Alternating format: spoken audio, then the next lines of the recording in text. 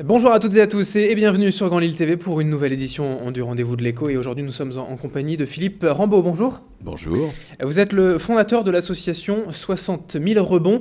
Quand on parle ici de rebonds, on parle de rebonds d'entreprises ayant fait faillite. Développez-nous un petit peu ce concept. Alors, on parle de 60 000 chefs d'entreprise, donc on parle de l'homme qui a été entrepreneur de son entreprise, dont l'entreprise malheureusement a été liquidée au tribunal de commerce. C'est malheureusement un chiffre très important, 60 000, c'est 60 000 procédures collectives et malheureusement quasiment toutes ces entreprises finissent en liquidation. Le but de l'association, c'est d'aider l'entrepreneur, le chef d'entreprise, à rebondir après cette liquidation de son ancienne entreprise, parce qu'on pense qu'il y a beaucoup de talent, beaucoup de compétences, beaucoup de savoir-faire, beaucoup également d'apprentissage à travers l'épreuve qu'il vient de vivre, que dans l'économie française, qu'elle soit locale ou nationale, a besoin pour recréer ce tissu d'entrepreneurs. Alors 60 000 rebonds, donc le nom de l'association, c'est 60 000 donc faillites en France. Chaque année, c'est vrai que c'est un chiffre qui paraît énorme tout de même. Pour ce qui est de la région, une antenne lilloise vient de se créer il y a un mois pour aider aussi les chefs d'entreprise nordistes. C'est ça, on a commencé à tester le processus d'accompagnement à Bordeaux en début 2012. On l'a mis en œuvre pendant 1 an et demi, on l'a testé, on l'a vérifié. Et maintenant, on déploie sur 10 villes, dont Lille, qui est évidemment une métropole considérable en matière d'entreprise, en matière d'entrepreneurs, qui n'échappe pas malheureusement aux statistiques de dépôt de bilan. Et nous l'avons ouverte le mois dernier, et donc nous avons évidemment l'intention de développer cette antenne lilloise de 60 000 rebonds et d'apporter effectivement de l'aide active, de l'aide efficace aux chefs d'entreprise après le tribunal de commerce, après que leur entreprise ait été liquidée.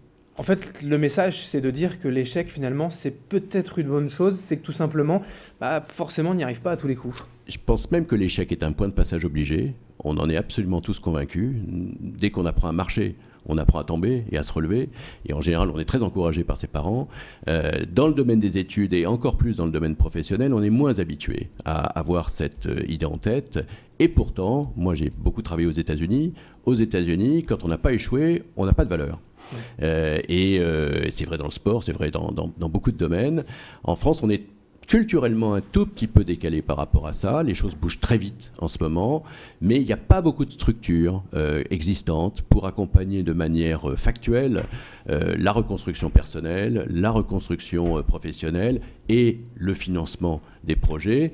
C'est ça qu'on est en train d'essayer de faire avec 60 000 rebonds. Vous venez d'en parler, le triple traumatisme personnel, professionnel, financier pour le chef d'entreprise donc en faillite.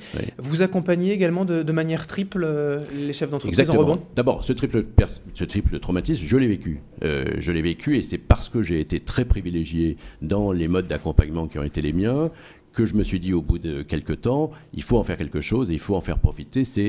Alors, une partie de ces 60 000 entrepreneurs, on n'a quand même que des bénévoles, on ne sera pas capable de les couvrir tous, mais on est capable de mettre sur pied des processus d'accompagnement et de les faire propager.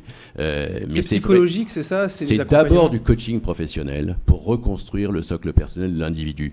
Notre confiance en nous, c'est une construction d'une vie. Elle est très très longue à mettre sur pied, elle est très rapide à détruire.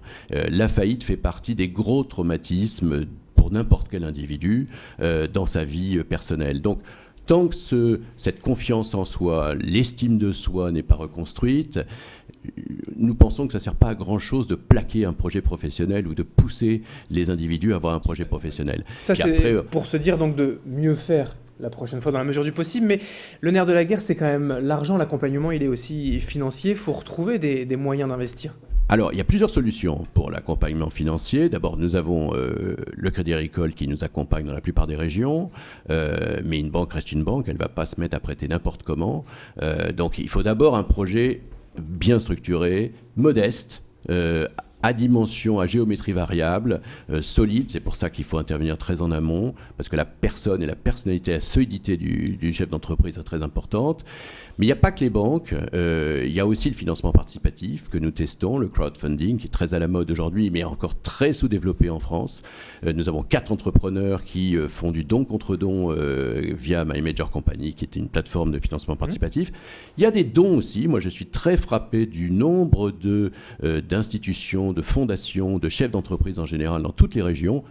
La région du Nord-Pas-de-Calais est particulièrement vivace, qui donnent de l'argent à des entrepreneurs. Alors c'est très sélectionné, c'est très suivi, c'est très géré, mais il y a beaucoup de solidarité parmi les chefs d'entreprise pour ceux qui ont été en difficulté. Donc chacun constitue un peu son tour de table de cette manière-là. Les pouvoirs publics aussi, je veux dire l'État, les institutions, les politiques prennent conscience aussi du rebond. Très aidé. Je veux vraiment lui rendre hommage par notre ministre Fleur Pellerin. Elle nous a considérablement fait avancer le statut de l'entrepreneur post-faillite en faisant abroger, avec l'appui du président de la République, le 040 Banque de France. Elle nous pousse et nous aide profondément à faire bouger le code culturel sur l'échec en France. Elle a organisé très récemment un magnifique symposium qui s'appelle Rebondir, c'est clair, ça dit bien ce que ça dit. Et on a encore plein de projets qu'elle est prête à accompagner. Elle a fait les assises de l'entrepreneuriat. Enfin, on a vraiment, avec Madame Pellerin, vraiment quelqu'un qui est tout à fait convaincu voilà, de l'importance de l'échec, du traitement de l'échec, de la vision de l'échec, du rebond. Pourquoi ? Parce que c'est simplement l'autorisation d'oser. Et il faut que nous ayons l'autorisation d'oser et d'oser à un moment donné échouer. Ce qui veut dire aussi qu'on apprend à se protéger des conséquences de l'échec. On a encore en France un retard sur l'assurance chômage, sur voilà, toute une série d'éléments de protection des conséquences de l'échec. Mais l'échec en lui-même, il n'est pas grave. Il est une manière d'apprendre. Réussir, c'est aussi la force d'oser. Merci Exactement. Philippe Rambaud d'avoir été avec nous. 60 000rebonds.com, tout simplement pour tout savoir de cette antenne lilloise, donc tout juste créée. Vous en êtes le fondateur. Merci d'avoir été avec nous. Merci.